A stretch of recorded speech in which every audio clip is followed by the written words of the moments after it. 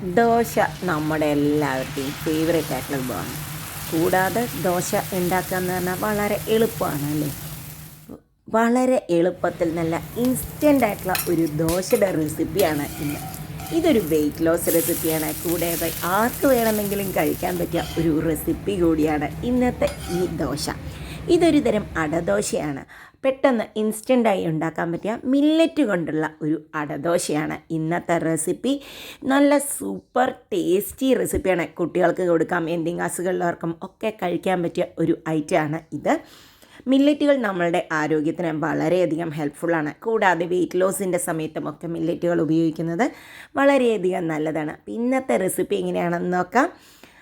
അതിനായിട്ട് നമ്മൾ ആദ്യം വേണ്ടത്, ഞാനിതവിടെ ഒരു ചെറിയൊരു കപ്പിന് 1 കപ്പ് ബാൺയാർഡ് മില്ലറ്റ്, നല്ല വെള്ള കളറിൽ, നല്ല തൂവെള്ള കളറിലുള്ള മില്ലറ്റാണ് ഇതെടുത്തിരിക്കുന്നത്. അതിലേക്കൊരു 1/2 കപ്പ് കടലപ്പരിപ്പാണ് ഇട്ട് കൊടുക്കുന്നത്, 1/2 കപ്പ് തുവരപ്പരിപ്പ്, പിന്നെ ഒരു 1/4 കപ്പ് നമ്മുടെ ഉഴുന്നപ്പരിപ്പും കൂടിയിട്ടുണ്ട്. എരിവിനാവശ്യമായ മുളക് ഒരു 3 ചുവന്ന മുളകും 2 പിരിയൻ മുളകും കൂടിയിട്ടുണ്ട്. കാശ്മീരി ചില്ലിയും കൂടിയിട്ടിട്ട് നന്നായി കഴുകിയിട്ട് നമുക്കൊരു 1.5-2 മണിക്കൂറോളം കുതിർക്കാൻ വയ്ക്കാം. ഇത് ഒരുപാട് നേരം കുതിർക്കേണ്ട ആവശ്യമില്ല. അപ്പോൾ ഒരു 2 മണിക്കൂറൊക്കെ കഴിഞ്ഞിട്ടുണ്ട്. അപ്പോൾ ഇതെല്ലാം കുതിർത്ത് വന്നിട്ടുണ്ട്. ഇനി അതിന് നമുക്ക് കുറച്ച് തരിതരിപ്പായിട്ടാണ് അരച്ചെടുക്കേണ്ടത്. ഒരുപാട് ഫൈനായിട്ട് അരച്ചെടുക്കേണ്ട ആവശ്യമില്ല. ഇതിനൊരു 3/4 ഭാഗം ഇട്ടുണ്ട്, കുറച്ച് ഭാഗം ഞാൻ മാറ്റി വെച്ചിട്ടുണ്ട്. അതിലേക്ക് ആവശ്യത്തിന് ഉപ്പും, നമുക്ക് നല്ലൊരു അടദോശയുടെ ടേസ്റ്റിനായിട്ട് 1 ടീസ്പൂണോളം കുരുമുളകും, പിന്നെ ഒരു 1/2 ടീസ്പൂണോളം നല്ല ജീരകം കൂടി ഇട്ട് കൊടുത്തിട്ടുണ്ട്. ഒരു 1/2 ടീസ്പൂണോളം കായപ്പൊടിയും കൂടിയിട്ട് കുറച്ച് വെള്ളം ഒഴിച്ചിട്ട് നമുക്ക് അരച്ചെടുക്കാം. ഇത് ഒരുപാട് ലൂസായിട്ടുള്ള ബാറ്റർ ആവരുത്. അപ്പം നമുക്കിതിനെ ഒന്ന് തരിതരിപ്പായാണ് അരയ്ക്കേണ്ടത്. പെട്ടെന്ന് തന്നെ അരച്ച് കിട്ടും. ഇതാപ്പോൾ അരച്ചെടുത്ത് വന്നിട്ടുണ്ട്. ഇനി ഇതിനെ ഒരു പാത്രത്തിലേക്ക് നമുക്ക് മാറ്റി വന്നിട്ടുണ്ട്.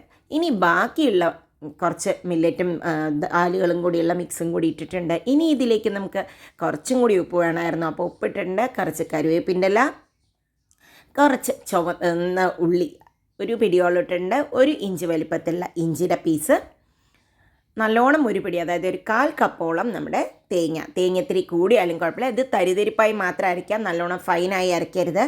ഇത് കണ്ടോ, ഇത് നല്ലോണം തരിതരി എന്നുള്ള രീതിയിലാണ് അരച്ചിരിക്കുന്നത്. അപ്പോഴേ ആ ഒരു തേങ്ങയുടെയും ഉള്ളിയുടെയൊക്കെ ഫ്ലേവർ വരുള്ളൂ. ഇതിലിപ്പോൾ ഉള്ളിയൊക്കെ കുറച്ച് കൂടുതൽ എണ്ണ ഇട്ടാലും ടേസ്റ്റ് ആയിരിക്കും, തേങ്ങ കുറച്ചിട്ടാലും നല്ലത് തന്നെയാണ്. പിന്നെ ഇതിലേക്ക് കുറച്ചും കൂടി വെള്ളം ആ ജാറിലുള്ളിലേക്ക് ഒഴിച്ച് ഒന്നും കൂടി നമുക്ക് മിക്സ് ചെയ്തെടുക്കുന്നുണ്ട്. ഇത് കണ്ടോ, ഒരുപാട് വാട്ടറി ആയിരിക്കരുത് നമ്മുടെ അടദോശ. ഈ മില്ലറ്റ് കൊണ്ടുള്ള അടദോശ കഴിച്ചപ്പോൾ എനിക്ക് നല്ല ഫില്ലിംഗ് ആണ്, എന്നാൽ ഭയങ്കര ഹെവി ആയിട്ട് ഫീൽ ചെയ്തില്ല. സാധാരണ അടദോശകൾ കുറച്ച് ഹെവി ആയിരിക്കും. ടേസ്റ്റ് ചെയ്തപ്പോൾ ഉപ്പ് കുറവായിരുന്നുകൊണ്ട് തന്നെ കുറച്ച് മാവിൽ ഉപ്പും കൂടി ഇട്ട് കൊടുത്തിട്ടുണ്ട്.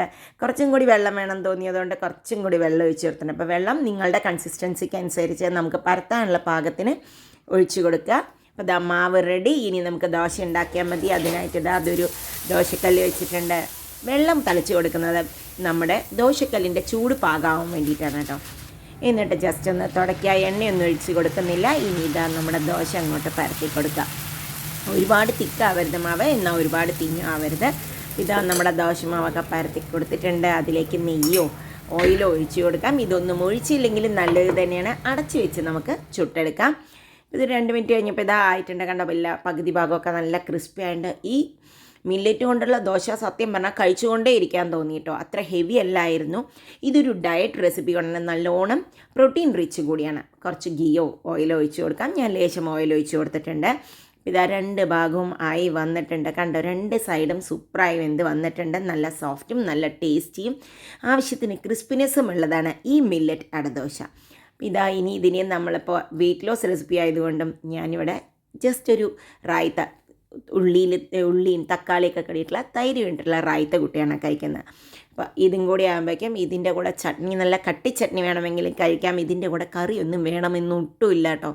നല്ല ടേസ്റ്റി ആയിട്ടുള്ള ബാൺയാർഡ് മില്ലറ്റ് കൊണ്ടുള്ള ദോശയായിരുന്നു ഇന്നത്തെ റെസിപ്പി. ഈ റെസിപ്പി ഇഷ്ടപ്പെട്ടു എങ്കിൽ ഒന്ന് ഷെയർ ചെയ്ത് സപ്പോർട്ട് ചെയ്യുമല്ലോ. വീണ്ടും അടുത്ത വീഡിയോയുമായി വരാം. അതുവരേക്കും ബൈ. Thank you.